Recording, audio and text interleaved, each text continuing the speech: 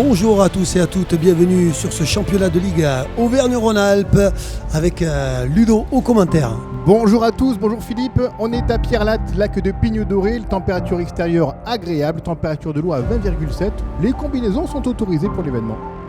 Voilà qui doit ravir Carole Viala que nous allons entendre au micro présenter cette épreuve.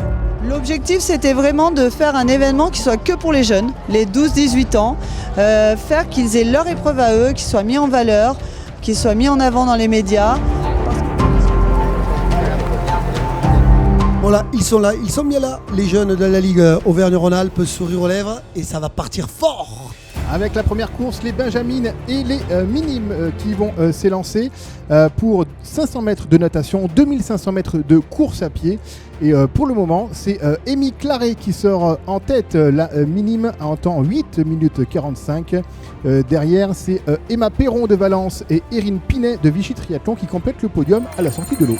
C'est donc le premier aquathlon de la journée. Il y aura 4 aquathlons avec chaque fois 2 catégories d'âge ensemble. Il va y avoir des surprises vraisemblablement sur cette journée. Oui, on cherche à sortir le plus rapidement possible, quitte à bousculer les caméramans. Mais Amy Claret de Annecy, les Alligators, qui va sortir en tête et qui va conserver sa première place tout au bout de la course. On l'écoute tout de suite. En natation, j'étais première, donc je suis arrivée en transition. J'ai fait une bonne transition, après je suis partie en course à pied. J'arrivais pas trop à avancer vite, mais ça allait. Et après, du coup, j'ai fini la course à pied et voilà. Et on enchaîne toujours avec la même distance, mais cette fois-ci, on passe à ces jeunes hommes, au benjamin et au minime, Ludo. Avec 80 athlètes qui vont s'élancer, qui se sont élancés même sur ce superbe plan d'eau de Pierrelatte. À ce jeu, c'est Loris Miguel de Trisalevan Massaglo qui va sortir en tête en 7 minutes et 36. Derrière, c'est Nathan Lett de Evian qui complète le podium. Avec le coureur de Fontanil, c'est Soren Bruyère-Joumard. Ah oui, ça nage vite et ensuite ça court vite, voire très vite, comme on peut le constater à l'image, avec de la bagarre encore une fois. Et oui, Nathan Lett qui était parti avec 10 secondes de retard qui va faire l'écart derrière pour remporter cette épreuve catégorie minime. Nathan Lett en tête, deuxième Florian Ville de Lasvel et troisième Soren Bruyère du Fontanil Triathlon. Avec beaucoup de spectateurs, ça fait plaisir. Ouais, une belle ambiance, même au sein de tous les clubs et entre les clubs, il y a une belle ambiance. Et c'est reparti pour le troisième aquathlon de la journée. On revient à la jante féminine sur un autre format, Ludo. Oui, format S, 1000 mètres de natation, 2 boucles de 500 avec une sortie à l'australienne et 2 boucles de course à pied, en total donc de 5000 mètres. Ah, sympathique cette boucle à l'australienne qui permet aux spectateurs d'encourager leur aquathlète préféré. Et à ce jeu-là, c'est une junior, c'est Maëva Couchard qui va sortir en tête de l'eau avec un très très beau temps. Derrière, c'est Salomé Astier, une cadette qui va sortir en deuxième position. Mais c'est les Alligators derrière qui vont faire le jeu avec Liv Claret. Claret, ça vous dit rien, hein, tout à l'heure, c'est sa sœur qui a gagné chez les minimes. Et bien là, c'est elle qui va faire la course en tête avec un temps exceptionnel en course à pied, 18 minutes et 10 secondes. Ça s'est bien passé. En natation, c'est un peu le point où je suis là moins fort. Enfin, c'est pas mon point fort. Du coup, j'y suis allée et j'ai réussi quand même à sortir bien de l'eau. Et après, j'ai couru et j'ai rattrapé les autres. Et enfin, pour terminer, donc le 4e aquathlon de cette première journée. On reste sur le format S, on reste sur les cadets et les juniors, mais cette fois-ci, c'est les hommes, Ludo. C'est les hommes avec à ce jeu-là un cadet qui va sortir son épingle du jeu, qui va sortir en même temps qu'un junior, c'est Tim Thévenard qui va sortir en tête avec Quentin Criado. Encore une fois, les Alligators, quelle équipe les Alligators? Ah oui, ça fait plaisir à voir tous ces clubs représentés et bien représentés. Ça promet, ça promet. Au bénéfice d'une meilleure transition, c'est Tim Thévenard qui va sortir en tête, mais talonné derrière par Quentin Criado.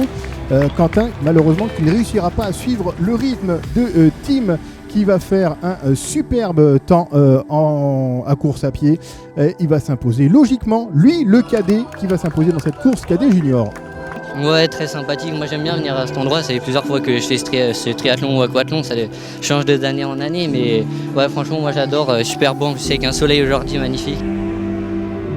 Voilà tous les résultats des qualifiés des différentes catégories pour les championnats de France qui auront lieu à Angers, Philippe. Exactement, le 16 juillet 2022, et ça promet. La Ligue Aura sera donc bien représentée, voire très bien représentée comme on a pu le constater. Ah oui, avec des formidables équipes. On va regarder tout de suite bien quelques images de l'après-course avec les différents podiums et une ambiance qui était au rendez-vous, Philippe. Oui, on peut se faire plaisir, suer, mais aussi s'amuser, comme on peut le constater à l'image. Ah, il y a de la joie, il y a de la jeunesse, ça fait plaisir à voir de telles valeurs. Comme quoi, le triathlon, épreuve individuelle qui a quand même des belles valeurs d'équipe. Oui, il le travaille régulièrement dans les clubs, et là, les clubs se rencontrent, donc c'est une véritable fête que doivent apprécier les dirigeants de la Ligue. Et on enchaîne toujours sur ce même site, et toujours avec le championnat de Ligue Auvergne-Rhône-Alpes, et cette fois-ci du triathlon avec le relais mixte jeune. 20 équipes, dont 11 qui concourent pour le championnat. Rappelons comment ça marche pour participer au championnat. Il faut 2 garçons, 2 filles de 2 catégories différentes pour pouvoir prétendre sur ce format XXS. 250 mètres de natation, 6800 mètres de vélo et 1250 mètres de course à pied.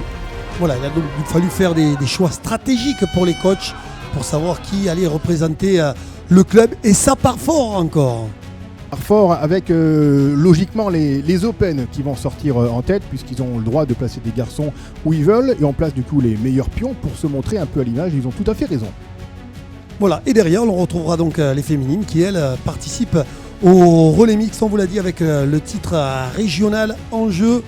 Il y a donc forcément les meilleurs jeunes de représenter. 4 équipes qui vont vraiment sortir leur épingle du lot, 2 de Chambéry, l'ASM Saint-Étienne Triathlon et Priva qui vont être en tête de course. Le premier relais qui est donné, ça suit de près, hein. Tout est possible encore. Tout est possible, et c'est les garçons du coup qui prennent le relais avec donc Priva qui va sortir en tête. C'est Matteo Bieber qui va faire course en tête, talonné derrière par Clément Couder de Chambéry Triathlon. Voilà, donc un autre choix stratégique tout à l'heure à l'image. On a aperçu rapidement une triathlète pédaler avec les chaussures de course à pied, donc elle gagne du temps à la transition. Et là, on en voit un carrément qui n'a pas mis ses chaussures, qui n'a pas pris le temps de les mettre, effectivement, avec le dénivelé totalement absent sur le vélo. Pourquoi perdre du temps à les mettre, puisque ça va très très très vite. Et en effet, par contre, derrière, ce qui va très vite, c'est le concurrent de Chambéry, Clément Couder, dont son papa était champion du monde de triathlon. Il a donc les gènes pour, il va faire du coup la bonne opération et donner le relais en tête à Chambéry, 2e Priva et 3e Saint-Étienne. Ah, les montagnards ont le bénéfice de l'air pur, de l'entraînement à l'altitude sur ces relais. Et on enchaîne maintenant avec les deuxièmes filles de l'équipe qui vont partir en natation, toujours pour 250 mètres. Et à ce jeu-là, c'est Chambéry qui va sortir en tête, talonné derrière par Priva, les 2 équipes qui vont partir quasiment ensemble sur le vélo. Voilà, le 3e relais actuellement sous vos yeux. Vous vous rappelez, 1er et 3e relais pour la jante féminine, 2e et 4e relais pour la jante masculine, à l'instar de ce qui se pratique aux Jeux Olympiques de triathlon où la France a remporté une médaille de bronze. Et regardez Chambéry qui tente de relancer, on voit que le rythme est soutenu. Par contre, regardez ce qui arrive derrière, Maëva Couchard qui a fini première des juniors hier en aquathlon, qui va littéralement les déposer sur le bord de la route. Avec les tennis qui vont lui servir à courir, là aussi un gain de temps non négligeable sur la 2e transition, ce passage du vélo à la course à pied. On la voit justement à cette transition, elle sait exactement où aller pour déposer son vélo et gagner le plus de temps possible sur cette transition. Ah oui, il faut savoir repérer son emplacement. Elle l'a fait, elle l'a bien fait, du coup elle ne perd pas de temps comme on peut le constater.